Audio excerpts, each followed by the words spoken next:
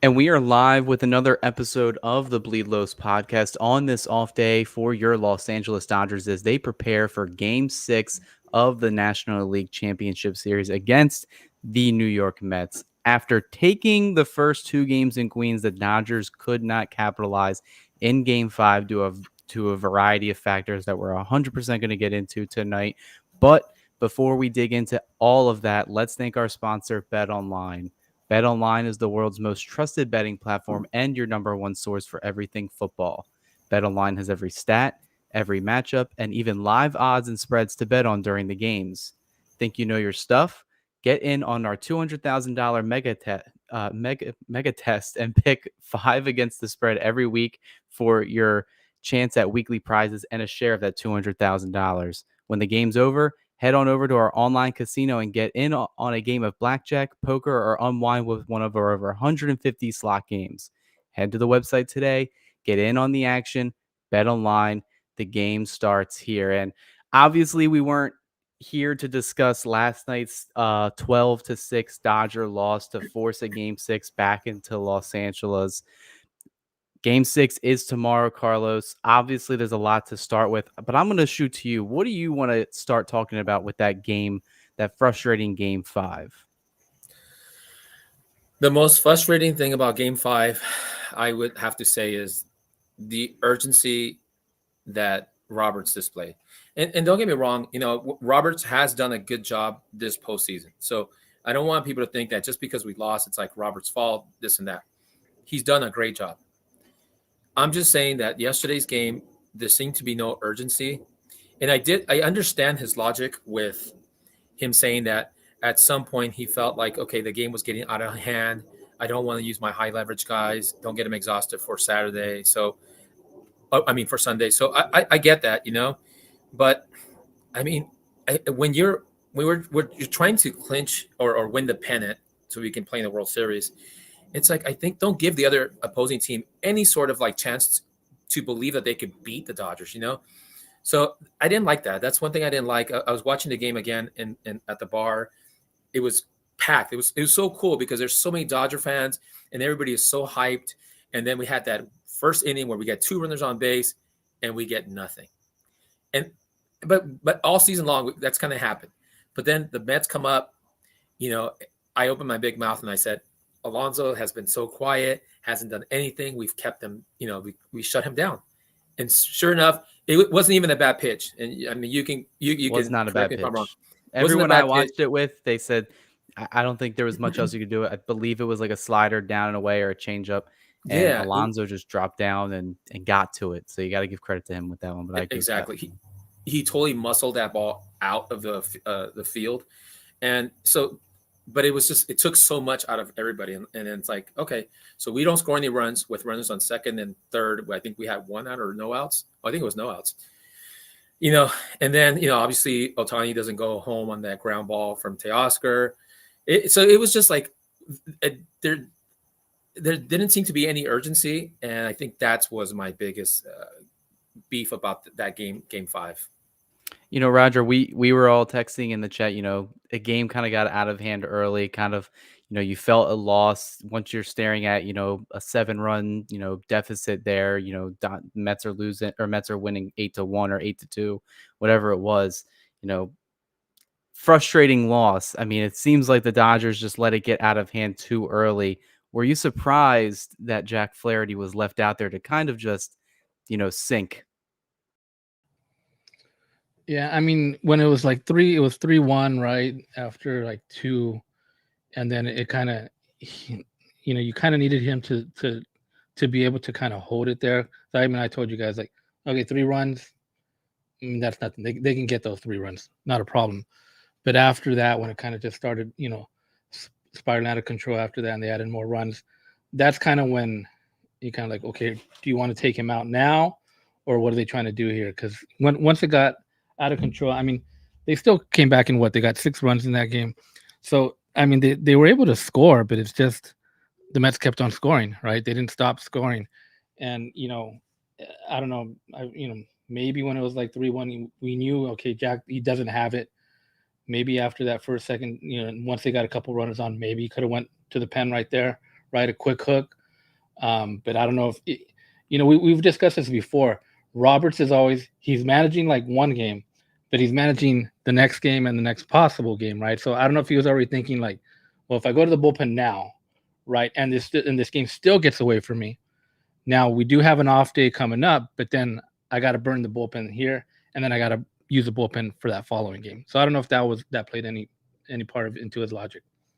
I think it 100% did play into his logic, because if you looked at the post-game interview of that game and then all the videos that we have posted on our channel now that you guys can take a look at if you want to hear Robert speak, directly to the media, he admitted, hindsight's 2020 in yesterday's post-game. He wished he would knew Andy Pajes was going to hit 2 home runs that were going to bring them within, what was it, 3 or 4 runs at the time, because then he probably would have managed it differently. But I'll give Roberts credit, because as much hate that he does get, he has done a really good job this October in terms of, I don't think anybody really realizes how hard it is to manage this type of team with the way the starting rotation is.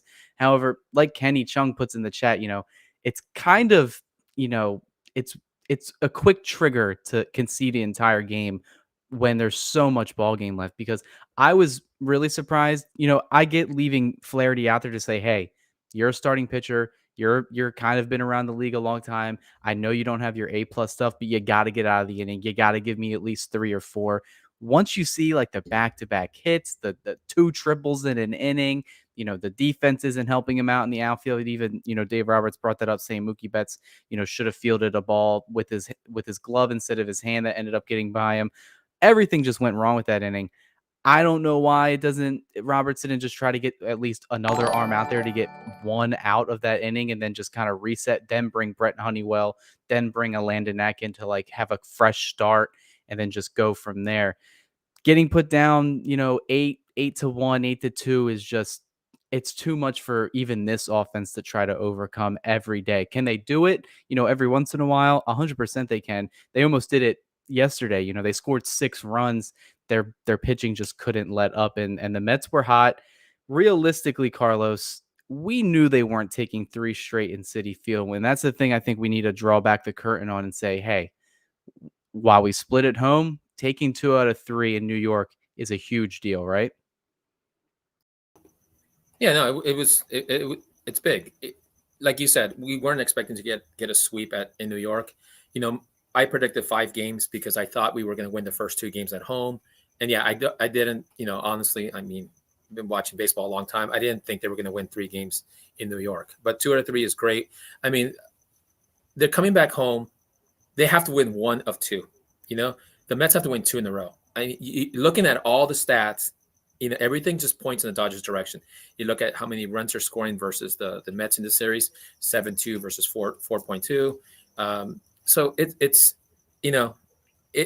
really Dodgers series to lose, not the Mets to win. So yeah, but I'm just it's kind of like I said, but why give them a chance? Because now we got to play tomorrow, and Sean Manaea has been their best pitcher.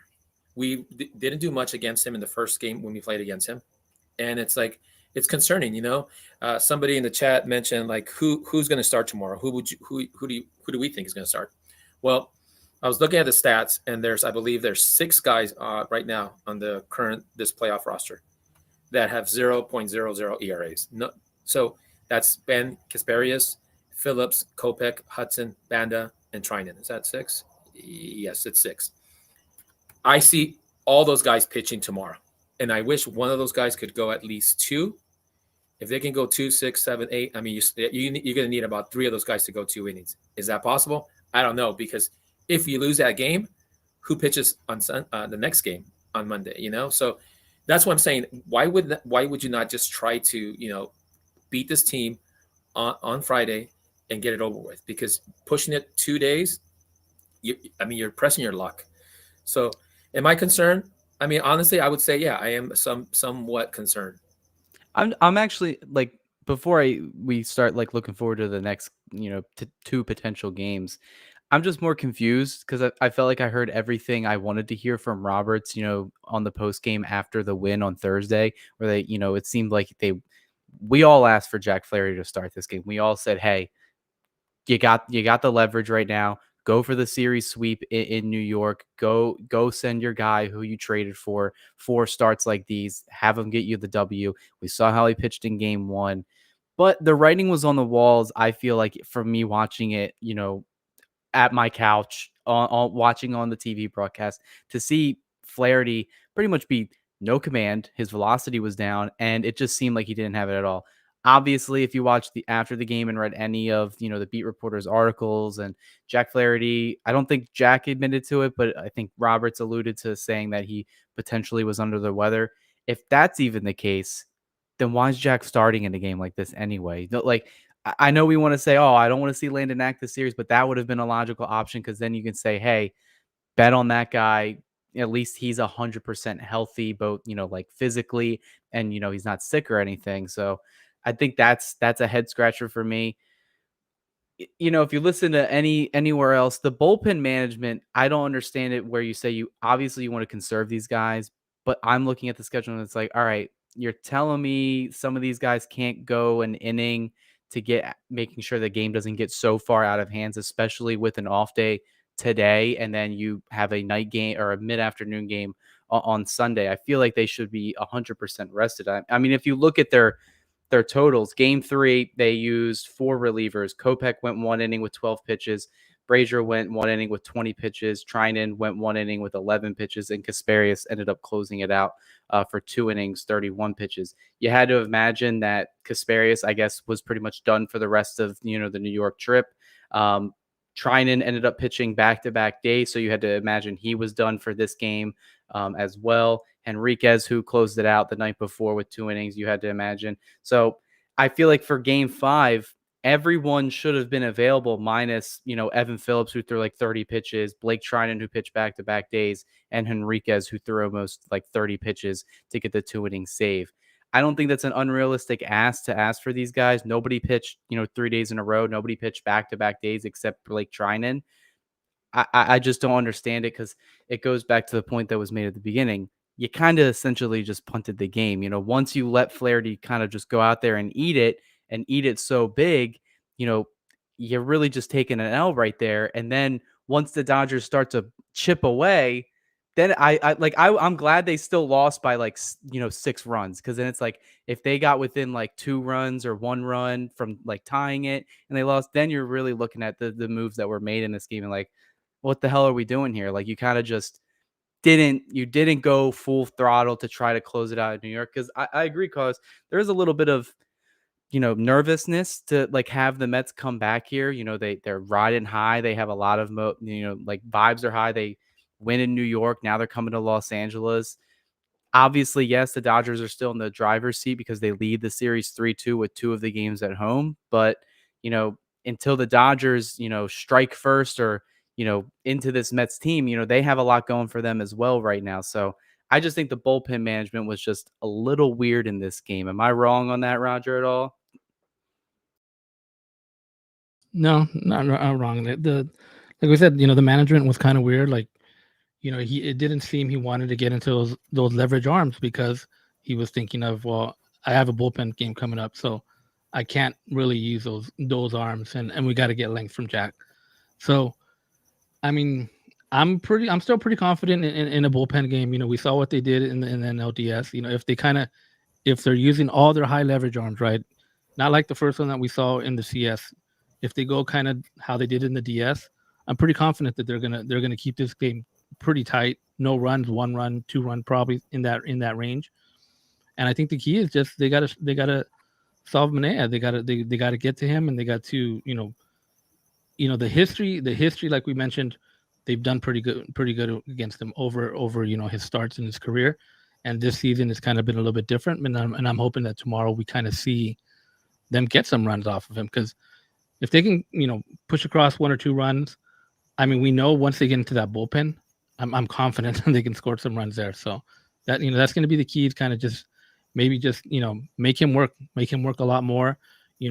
Once he hit the 6th inning in the first game, that's kind of where he hit that wall, kind of hopefully you get to him sooner, right? The 5th inning, 4th inning, and then get into that bullpen. And I think they'll be fine. Yeah, Sean Manaea had a really good, game 2. He went 5 innings, gave up 2 hits, 3 runs, 2 of them were earned. He had 4 walks. That's been a common theme for this Mets pitching staff. 7 Ks, allowed the 1 home run to, I think it was Max Muncy that game. Only threw under 90 pitches at 87, but he still held a lot of the Dodgers hitters, off balance, specifically Shohei Ohtani, who looked pretty fooled in that first at bat against him. I'm not expecting the same performance from Minaya. Not saying that he's going to get blown up, but I just don't think the Dodger hitters are going to be as unprepared against him. This is the first time they're facing him since he changed his arm slot to where now he's more at a 22-degree arm angle. I think it really, like, if you're thinking 22-degree arm angle against lefties, when they're releasing the ball, it looks like it's coming out in the left-hander's batter's box. So that's why they looked pretty much all over the place. So I'm expecting them to have a way different approach. Honestly, they've been patient with every Mets starting pitcher in this series. I don't expect that to go away. And the Mets bullpen is what you want to get to, because even despite, them squeaking away with a win, the bullpen as a whole this postseason for the Mets in 50 2/3 innings has an ERA almost at 6. So that's the key to success in this series. That's the key to success tomorrow, because guys, in a 6-run lead, they had to go to Edwin Diaz for 2 innings because they don't trust anybody else in that bullpen. So you got to force their hand.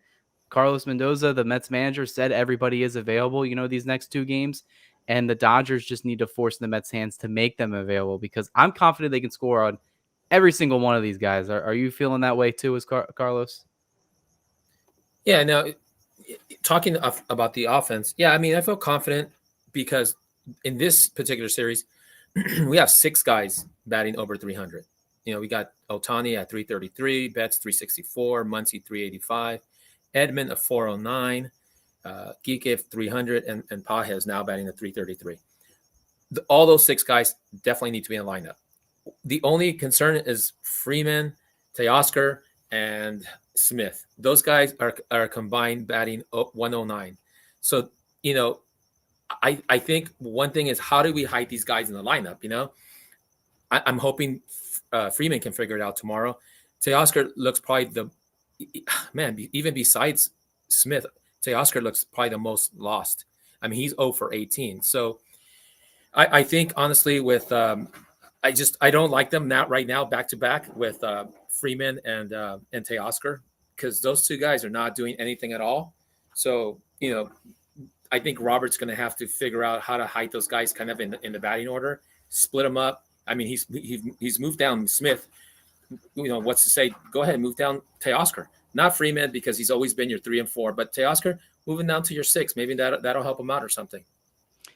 Roger, a big discussion right now, and we've seen the LA Times write on it. We've seen numerous writers ask Dave Roberts about it already. Freddie Freeman's status tomorrow is still kind of up in the air. They're leaning towards him starting. I am probably like 95% sure that he's going to start tomorrow, especially in a clincher, in a game that they have to win. Like, you don't want to force a game 7, so you want your guy out there. What side of the coin are you on in terms of playing Freeman? Because obviously this series, he had a couple hits in that game 1, but really hasn't looked like himself. I think a big part of how he didn't look like himself is I'm watching the game yesterday. I got beer in hand, elbows on my knees, and I'm looking at bases loaded, and he takes a slider looking. Clearly something's just not right, because Freddie Freeman never takes anything for in that close, and especially in that situation, 3-2, bases loaded, 2 outs. You got to swing there. So I thought something was clearly off. Seems like Dave Roberts alluding to that as well. Not only physically is he kind of flaring up, but he also mentioned mentally. Would you sit Freddie Freeman in this game 6? Because they already have 2 wins without him this postseason. So, and even Mookie said, "Hey, we win when Freddie's not in the lineup." So, I mean, it's a tough call, right? I mean, we know what Freddie Freeman can do. I mean, Roberts did mention it today. With a lefty going, that's another, something else you want to put in the equation of maybe having him sit, and maybe have him sit for a couple innings, and then if they pull him, they pull their starter, they're able, they bring in another righty, then you can insert him back into the game there and kind of see how it goes from there. But he would be available to pinch hit off the bench. But I mean, I think right now, probably the way he's playing, I'd probably sit him, start this game, just to kind of, you're gonna get Pajes in there. He's heating up, right? He got those 2 home runs, which at the beginning of the series we were discussing this. Like, he he went up there, he wasn't doing anything, and we're like, how are they going to get this guy at bats to kind of get him comfortable?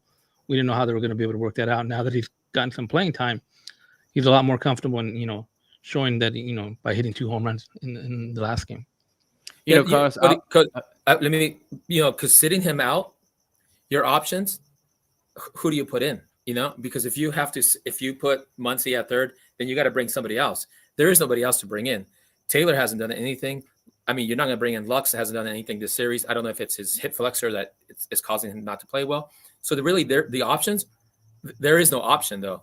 If you look at how they're batting, the rest of the guys, besides the 6 that I mentioned that need to play tomorrow, there's no one better right now than Freeman. As bad as Freeman is, there's no one better than him that's left on the bench.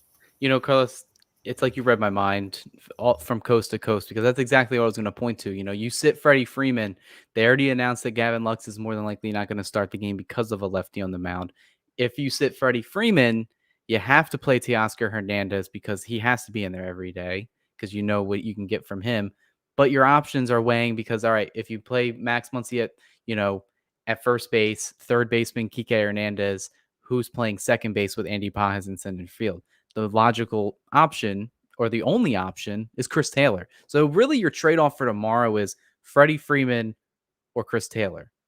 Freddie Freeman at 40% versus the lefty, or Chris Taylor. And I'm pretty sure we're all going to be in agreement that you got to ride with Freddie Freeman in this situation. Obviously today, if you're following on social media, he's taking live BP, which is something that he rarely does. He does a lot of more behind the scenes cage work to fix his swing. Everybody, that's covered the team for more than, the past, 2 seasons. They said, hey, if he's taking it on the field, that means he's trying to get something right mentally, physically, whatever. We can only hope that he's going to prepare tomorrow. Carlos, you also mentioned, like, hey, do you just move him down in the order? I don't think the Dodgers are going to do that either. This has been your top 3, hitters for the entire season. And, he hit well in the NLDS. He hit well in the first 2 games, so you have to bank on that. With Teoscar Hernandez, I don't know, because he should hit lefties well, but do you push him down? Because if you asking me right now, the 3 guys that should be getting, like the bulk of at bats in the middle of the order, especially tomorrow with the lefty on the mound, Tommy Edman's up there, Kike Hernandez is up there, and Max Muncy, due to his plate discipline and just being able to get on base, needs to get as many at bats as possible. So I'm saying that these guys should be getting bumped up. I mean, Tommy Edman was the goddamn cleanup hitter the other day, so I'm figuring that he's going to be there again, batting 4th for the Dodgers. Any other lineups, like changes that you would even make for this game? Because obviously we mentioned Will Smith. Andy Pajes, I feel like, has to get the start, especially after what he did. Stone cold, gets chirped back for the first home run, hits another home run immediately after that. What are your overall thoughts on tomorrow's potential lineup, Carlos? I mean, you mentioned Edman I would bat him third. I like Ohtani, obviously keep him at first. Betts is on fire, second, and then put some speed. Put Edman, and then I know it sounds crazy. I'm sure people in the comments like, what is he talking about? I would pot his at 4th. Let him, like you just said, let the right-handed batters who bat well against lefties, let him get the bulk of the at-bats before he's out of the game. And then I would push down, but I mean, we know that Freeman's not going to go down to 5 or 6. So Freeman's going to probably be 3rd or 4th, but you could definitely push down Teoscar. I mean, I know he's supposed to be like a lefty killer, but he hasn't shown that. I mean, if you guys look at the stats, I mean, he is complete. I think, he's 0-4. He's 0-for-18. And he struck out 9 of those 18 at-bats. So he's striking out 50% of his at-bats. So he's completely lost. Even Smith has 3 hits. I mean, he's batting 158.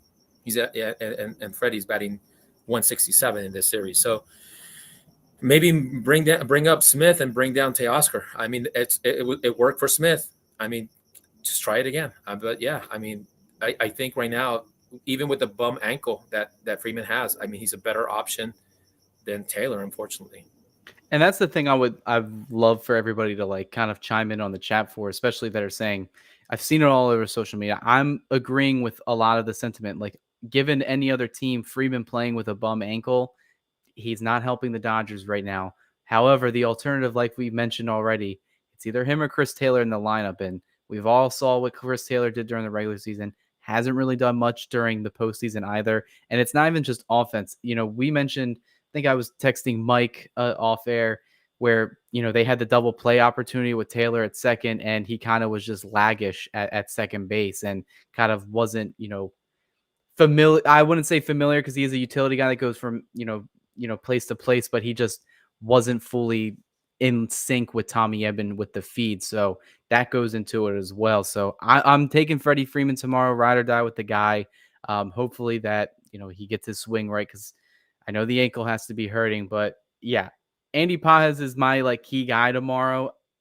I feel like they've been batting him 8th or 9th, but I feel like after that game 5, I feel like he has to be at least batting 6th in the lineup tomorrow. And I've mentioned this stat a couple times, coming into the October, but he hits lefties really well. And he had a home run off a lefty and a righty in game 5. And they weren't, cheap shots. Like he pimped the home run for a reason. Francisco Alvarez. It's because he hit it a country mile into the bleachers. He's got a 157 WRC plus versus lefties this year, 917 OPS. Guy does damage, is a rookie. I think he's built for the moment. Just like Roger said, I think he just needs at bats to get comfortable. And what more to then get back-to-back games and just let the bat continue to be high. He has to 100% be in there. Pretty sure they've already asked Dave, and he said, you couldn't imagine a lineup without him for tomorrow's game. Looking at the chat, I think there's a consensus that Freddie should sit it out tomorrow. I mean, I don't 100% disagree with that, but like I said, it's going to be Taylor then, I guess, in center field if that were to happen. The nice thing is that he did have a day off today. The game's later in the day, so it's kind of like 2 days off on his foot. So, like we mentioned before, Mookie did mention that we won 2 games without him. Maybe he should have set out the last game, and maybe things would have been different. But I don't know. It's definitely no matter what we say, I think he's going to play. I think Roberts is going to play him no matter what. I think Freddie's going to come out tomorrow and say, "Hey, I can play, coach, put me in," and then he's going to run in, and I think he'll play the game. Matty Man's been making the point in the chat. I can see that Freddie Freeman is clearly not 100%. I can clearly see that he is injured. The whole thing is going with what we've heard from today's pregame or today during their workout is that, they already said Gavin Lux isn't playing. So the idea of even starting him against the lefty, if you look at his career stats against the lefties, especially this season, it's smart to not have him in the lineup. And like Carlos has mentioned, he hasn't done really anything in this LCS either. So, I mean, it's Taylor or him. That's the options that you're weighing. If Freddie does go 0 for 4, then you got to bank on the rest of your lineup there to pick him up like they have this entire postseason. So, I mean, I don't know what else you can ask for the lineup. They had their opportunities in game 5. It was probably one of the, since game 2, one of their worst performances in terms of runners in scoring position. Went 1 for 7. They left nine men on base, and they had 11 Ks in this one. I think the formula, Carlos, is just grind the pitchers and get to the bullpen like we've mentioned, each game here. And I think that is especially true with Sean Manaea tomorrow. So I'm at a loss with words with Freeman. I think there's a lot of stuff you can say, but like Carlos and I agree to, is that no matter what we say, I'm pretty sure Freddie Freeman's going to be in that lineup tomorrow. Yeah, no, definitely. I mean, Matty Man's bringing up Lux better chance than Taylor. Lux is 0 for 6 in this series, and Taylor's 1 for 5, if I'm not mistaken. Yeah, that's correct. So, I mean, those 2 options, I mean, they're not that great. So Freddie still has a higher average than both those guys combined, even with the bum ankle. And I don't think he's cost us really defensively. So I'm not sure which play specifically, if any, that, he cost us. I mean, he didn't hit in the clutch, but I don't, is it his ankle? Sure, it could be his ankle, but hopefully he's not put in that predicament tomorrow in the game, and hopefully somebody else is put in that predicament, and they do get the clutch hit. All right, so switching gears now, we'll start looking ahead to tomorrow's game. It's obviously a bullpen game, the second one of this LCS. Game plan for this one, Carlos, we're expecting more along the lines of what happened in the NLDS in game 4, where the Dodgers went to pretty much every one of their high leverage arms, regardless of what the score was. You get an inning, getting an inning in 2/3, whatever you can give us. Dave Roberts already mentioned that if his high leverage arms, because of them benefiting from the extra day's rest, If he needs to get them to get 4 or 5 outs, he said that they're available to do that. Game plan for tomorrow. If you're the manager, what are you doing with the bullpen? How are you going to go ahead and manage around this game? Well, like I said, we have about 6 guys who have 0 ERA. So all those guys have to pitch. I think it comes down to who starts a game, because we need to shut them out the first 2 innings. It's just get that momentum, score some runs. It just changes the whole outcome of the game. So I'm going to roll the dice, and I will say tomorrow I would start Ben Kasparius, and I would go like 2 innings, 2-3 innings. Hopefully he's been solid. You guys, he's a pitcher. Like, he throws, he pitches, he's not just relying on fastballs. He actually pitches. So I hope, that his name gets called up and he starts a game. And like somebody in the chat said, I don't want to see Brazier. I'm tired of seeing Brazier start games, because he's a hit or miss. He's been like good. He's been bad. There's no consistency with him, except that he's inconsistent. So I don't want to see him start the game. I want to see someone like him, or you know what? If I don't like this idea, but if you want to start Evan Phillips, who just kind of mow down the first 3 guys, then do that. Go ahead. But like I said, I'd rather see someone like Kasparius hopefully go 2-3 innings. I have to agree with to that point where, if I'm thinking about that first inning, more than likely that person that opens the game is going to be asked to get at least maybe five, hopefully maybe 6 outs if you're pushing it. And Kasparius kind of fits the bill perfectly. He's looked really good this entire October, given the opportunity, of course. Obviously, we spoke highly of him on, this channel, and we've written about him on DodgersBeat.com. I'm leaning that they're probably going to go to Phillips, just because I think Eric Steven had a chart where it was like, batters that they face in terms of the top of the order, Phillips has only faced, I think, like Lindor and the top of their order like once. And that's the whole thing that they're saying, hey, we don't want to then they get a ton of looks of our guys. Have Phillips go out there, attack the first 3 hitters. Phillips this season has already shown that he can do multiple innings if asked. The other day when he pitched, it was a little shaky. He had the bases loaded, threw almost 40 pitches. Wasn't the best outing for him. Think that was a blip, because I think over the past month and a half, he's been one of the most dominant relievers in the bullpen and in all of baseball. So you're expecting more of that right now. But I think bottom of the line, and I'll shoot to you, Roger, kind of where the bullpen game is going to go. They're going to need guys to get more than just 3 outs tomorrow. And especially missing Alex Vesia, this is kind of paying huge dividends right now, because that's an arm that they would like. Because as good as Banda is, he's not what Vesia is in terms of having good splits against both lefties and righties, and doesn't have the ability to go multiple, innings. Someone's got to go deep and get like an inning or 2, and they're going to have everybody available. Bullpen game tomorrow, Roger. What's your thought process on what they're going to do? I hadn't really thought about Kasparius, but I mean, that does kind of make sense, because he's, like you mentioned, he's somebody that could go out there and get you for sure probably 2 innings, right? He can give you that and then deploy the bullpen after that. But we haven't seen him been used in kind of any type of high leverage. And I'm considering this game from the first inning, it's going to be high leverage because it's a bullpen game. So we haven't seen him in that situation. He's kind of come in, just kind of mop it up, close it up, and those type of situations. So if the Dodgers take a lead, a pretty big lead, towards the end of the game, then I'd imagine he'd come in. But I'm kind of thinking it is going to be Phillips tomorrow as well. I think he's going to get the first 3 batters, maybe 4 or 5, if he can, get cleaning in the first, bring him back out for a couple more guys in the second. I think that's how they're gonna start this game off. But like you guys mentioned, I mean, Kasparius, if they were going kind of with like that opener row, I guess he'd make perfect sense.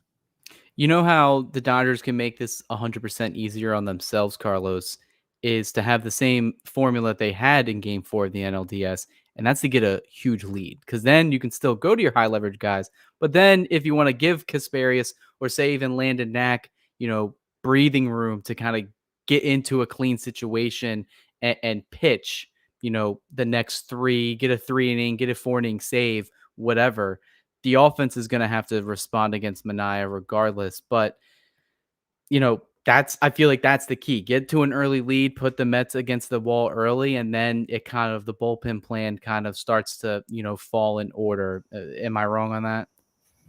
No. That would be the best case scenario if we can get a big lead, a good 5-run lead, 4-run lead, because I mean a lot of guys are bringing good points. We don't want to burn all our top leverage guys because who's going to close out the game?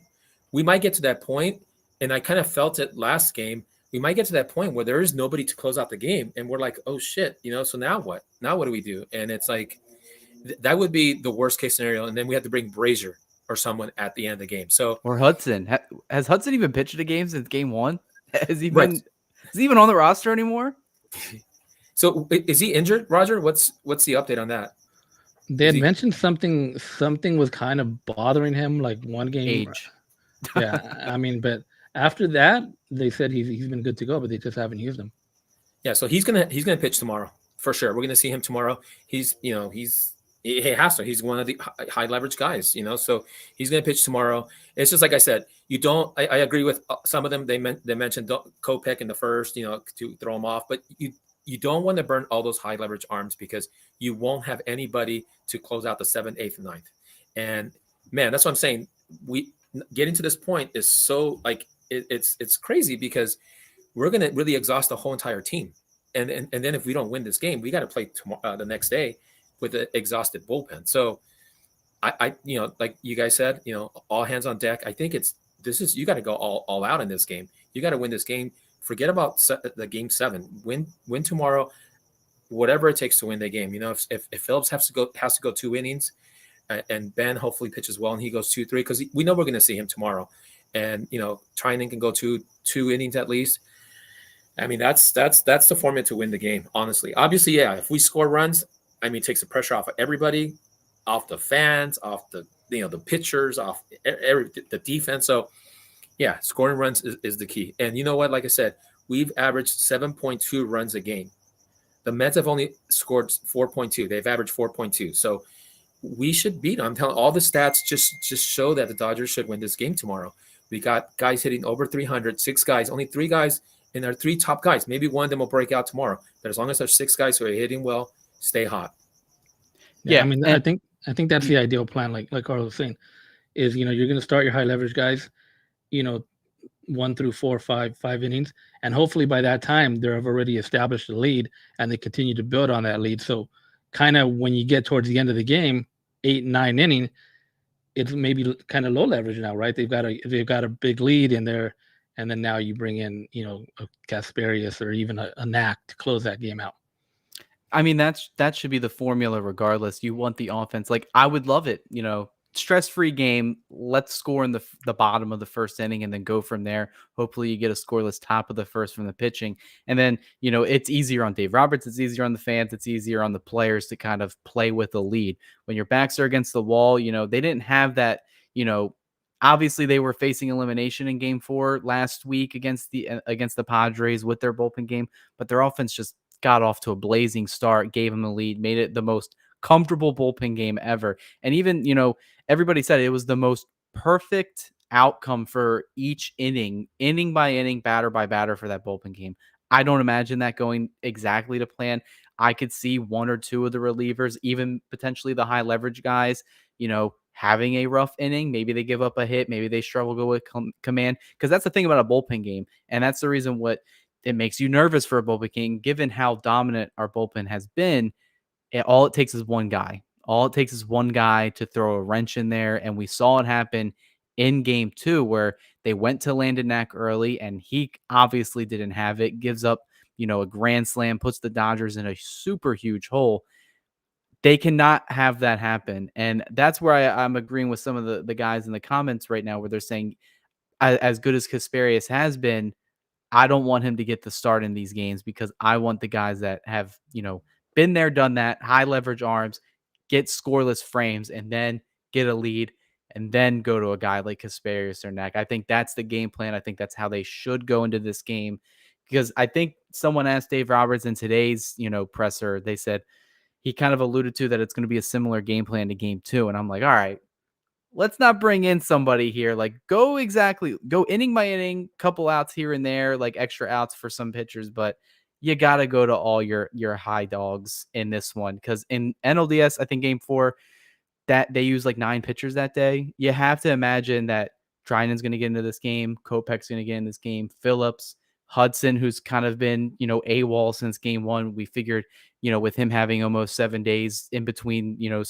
pitching, he should be in. Banda's definitely going to be in to face, a lefty or two.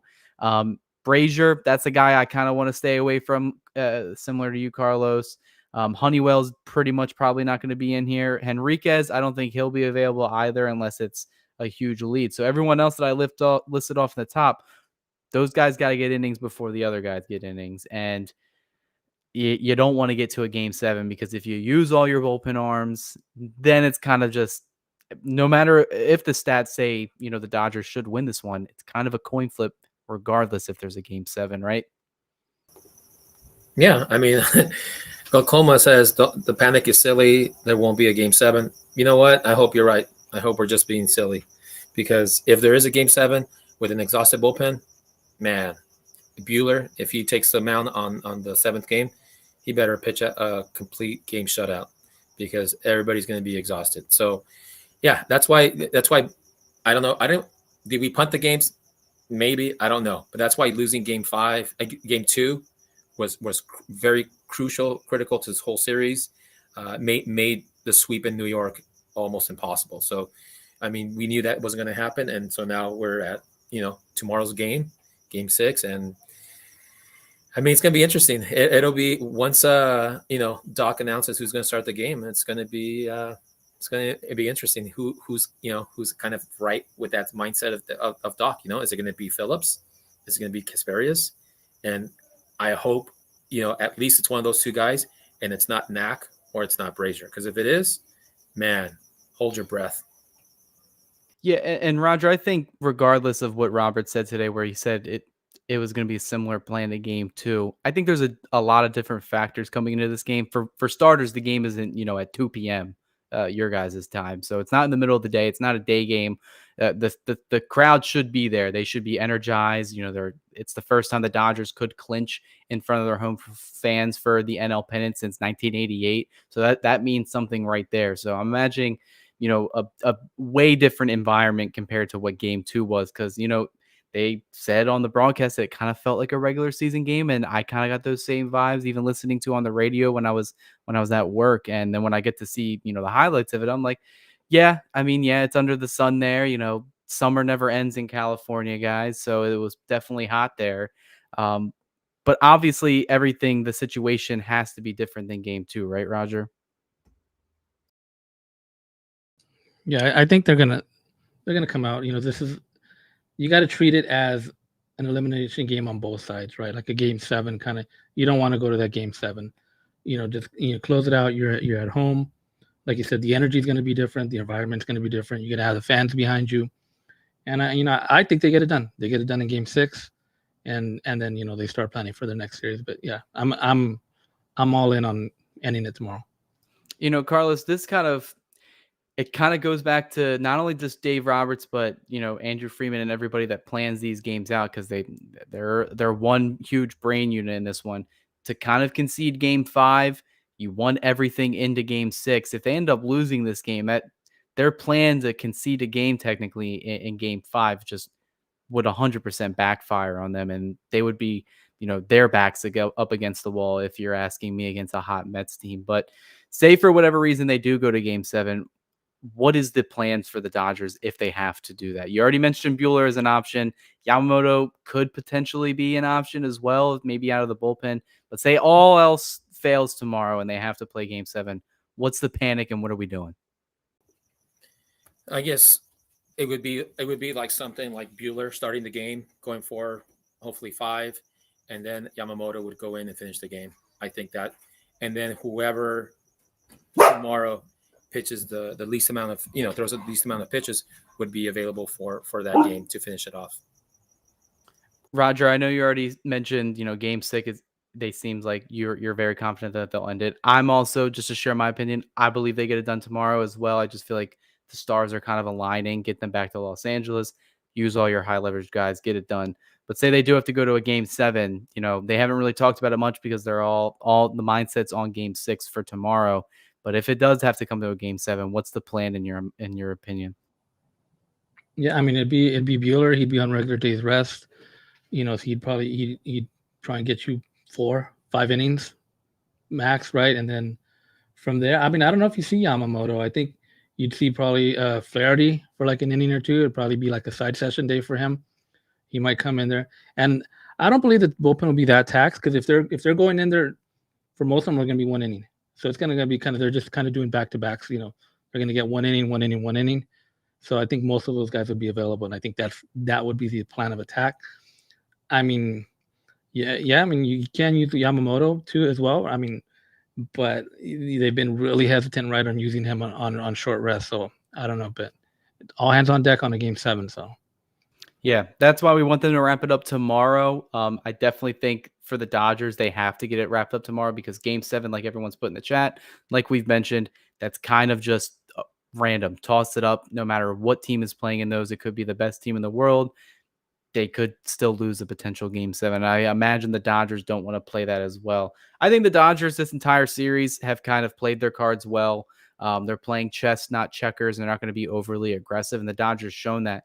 And that's the biggest thing with the NLDS compared to the NLCS. You go from a best of 5 to a best of 7. It's a war of attrition, and the Dodgers just don't have the starting pitching depth. So I know it pains me to say it, but I think they had to kind of toss a game or two in this series, and it ended up being game 2 and game 5. Thankfully, the Dodgers and the offense and the rest of the starters, because besides Jack Flaherty's blip, the starting rotation was pretty good this series. Jack Flaherty fires the 7 scoreless. Yamamoto, besides just the 1 home run and then the infield, scoring on a double play that got overturned. Those are his 2 runs given up. And then Bueller, masterful performance going, 4 innings, scoreless ball games. So they've been really good. The bullpen's been even better. And what gives me a lot of confidence, Carlos, and I kind of want your opinion on this before we start getting ready to wrap it up.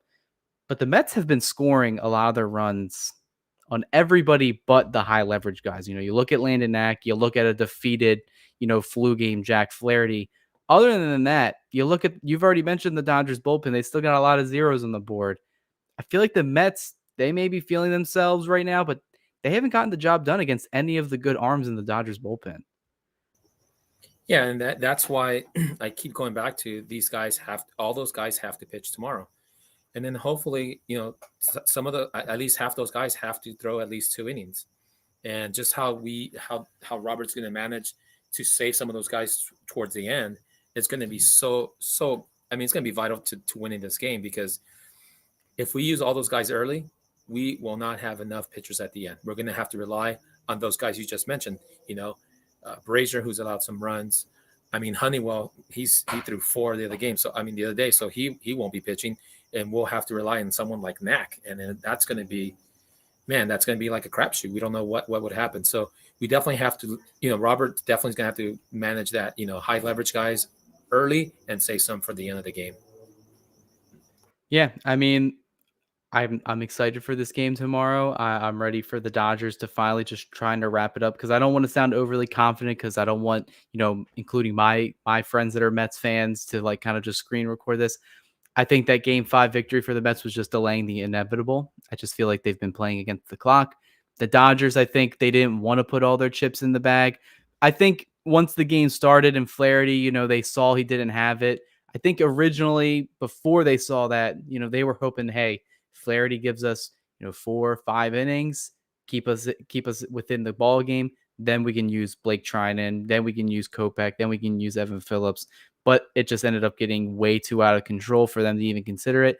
Dave Roberts even alluded to that, but I'm very confident that this team will wrap it up tomorrow. Curious about what's the score of the Yankees game as we're recording this right now. I think it's still tied, right? Still 2-2. Yep, Bottom of the 8th. Tied. Yeah, Babe Ruth himself turned into Giancarlo Stanton and started hitting home runs for the Yankees again. So could have a American League pennant winner tonight. I'm hoping that series goes to game 6 as well, so I can see all the Yankees fans panicking just like we are right now. But anything else you guys want to talk about before we wrap up and get ready for tomorrow's game? No, I mean, I'm not going to go to the bar, because every time I go to the bar, they keep losing. So I'm going to watch it from home, and I think we'll take the W if I stay home and watch it. So I'll be at home watching the game. Roger, anything you want to put in here before we get ready to wrap up? Yeah, no, I mean, I've been saying that. I think the Dodgers just, if they play their game right, there's no reason they should lose this game, right? And if this bullpen has been, I mean, really terrific, right? Their core guys, their high leverage guys have been great. I mean, pretty much more than half the season, right, going into the playoffs, they've been really terrific. So I expect them to put up zeros tomorrow. They put up some zeros, very few runs, right, 1-2. Dodgers, like I said, I believe they'll score 4 or 5 runs in this game, and they should be able to win this game. Yeah, I think the team knows what's at stake. I think they know. I think playing in front of their fans instead of an away game, I think should put some adrenaline in them, like it's putting into me right now. Clinching at home, I've been just scripting that in my head for 10, 15 years now. So I'm glad they finally get the opportunity to do that, and I think the players understand that feeling as well. To do it at home, it'll mean a lot more than doing it on the road in New York, where that's what gets me excited for tomorrow. And it is a bullpen game, but they've done it all year long. How many bullpen games have they thrown in the regular season? How many times have they had to do it in the postseason so far? I mean, love it or hate it, this is a new way of baseball. But the Dodgers were just forced into this situation. They're missing everybody on their starting rotation. I'm seeing more Tyler Glasnow love today on X than I have in a couple weeks, I guess, because Flaherty blew up. But they're missing Kershaw, they're missing Glasnow. They missed Yamamoto for almost half the season. These guys were gone, and the Dodgers, I'm just amazed that they pieced it together and they're still 1 win away, but they got one more job to do tomorrow. Roger, we thinking pregame, postgame tomorrow? What's the ideas around that? Yeah, I think, we should be able to do a pregame, and if you guys are around, we'll do a postgame as well. So yeah. So, if you guys didn't know, the other day we've been mentioning it, we did hit 10,000 subscribers the other day. So we appreciate all the support. If you aren't subscribed yet, consider subscribing to stay all up to date on all of the stuff Dodgers for this postseason. I know Roger, before and after every game, and during the off day workouts, he's been uploading all of the pregame footage, postgame footage, and their interviews to the YouTube channel for both sides. If you want to hear what the Mets and their players and the manager are saying, I think that's good to kind of keep tabs on them as well. DodgersBeat.com. Obviously, we have a lot of writers that come and contribute to the podcast here as well.